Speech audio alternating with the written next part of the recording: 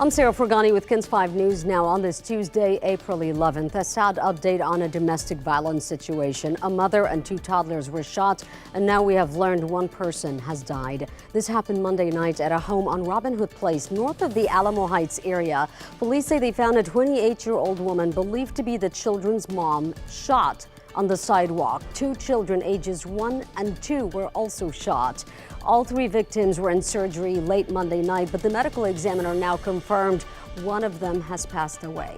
SAPD Chief William McManus says an 8-year-old and an 11-year-old were also inside that house but escaped by breaking windows. I have to add that this is infuriating. We spend a lot of time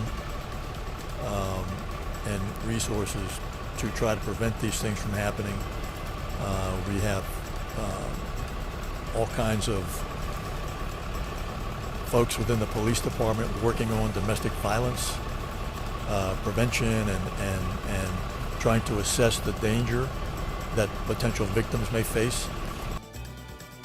One man is now in police custody. The 50-year-old suspect is believed to be the woman's partner. Right now, police are still investigating.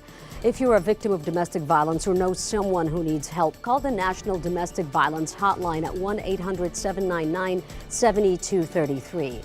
Also, a suspect is now facing charges in connection to an hours-long standoff that led to multiple school lockdowns in Southeast Bexar County Monday morning.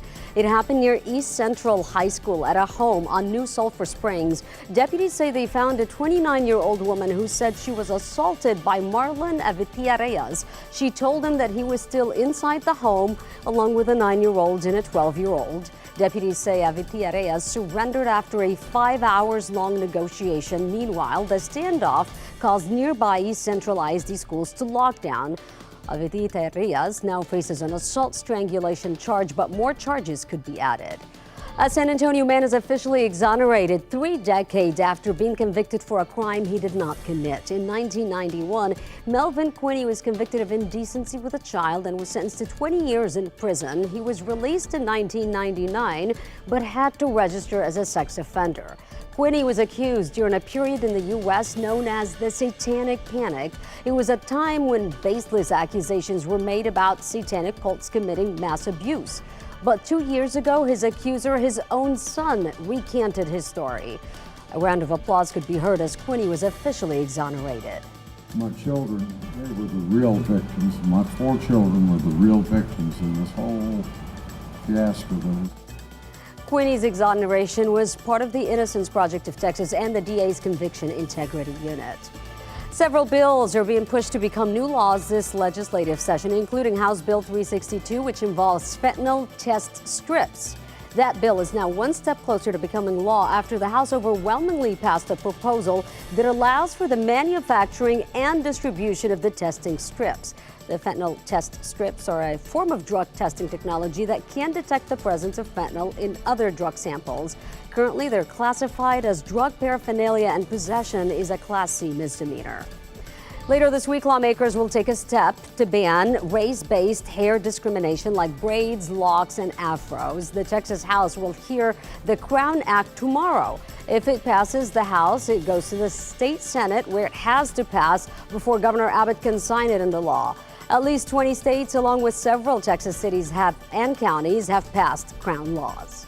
Meanwhile, the legislature is now making a push to ban all tobacco products on college campuses. If House Bill 3124 passes, cigarettes, e-cigarettes, and smokable tobacco products would be banned on all college and university campuses in Texas.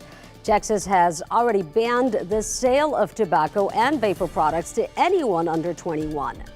The FBI has a warning for anyone wanting to travel. It involves juice jacking, and you could fall victim at those free charging stations.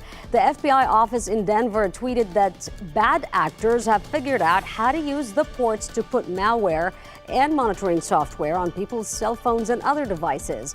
Officials are now advising you to carry your own charger and using a regular electrical outlet instead. Today is the home opener for the San Antonio Missions at Wolf Stadium. The club is facing off against the Frisco Rough Riders. San Antonio Mayor Ron Nirenberg will throw out tonight's first pitch, and Spurs legend David Robinson will be his catcher. Also scheduled to make appearances tonight, Nolan Ryan and Manu Ginobili. Let's check in with Paul to see tonight's forecast. Hey, Paul. Hey, all right, it's going to be a beautiful day. Mostly clear to partly cloudy skies, high temperatures in the mid-70s, very nice. If you are going out to the game this evening, temperatures in the 70s, mostly clear to partly cloudy, should be very nice out at the ballpark. And that's KENS 5 News Now. Thanks so much for joining me. I'm Sarah Frugani.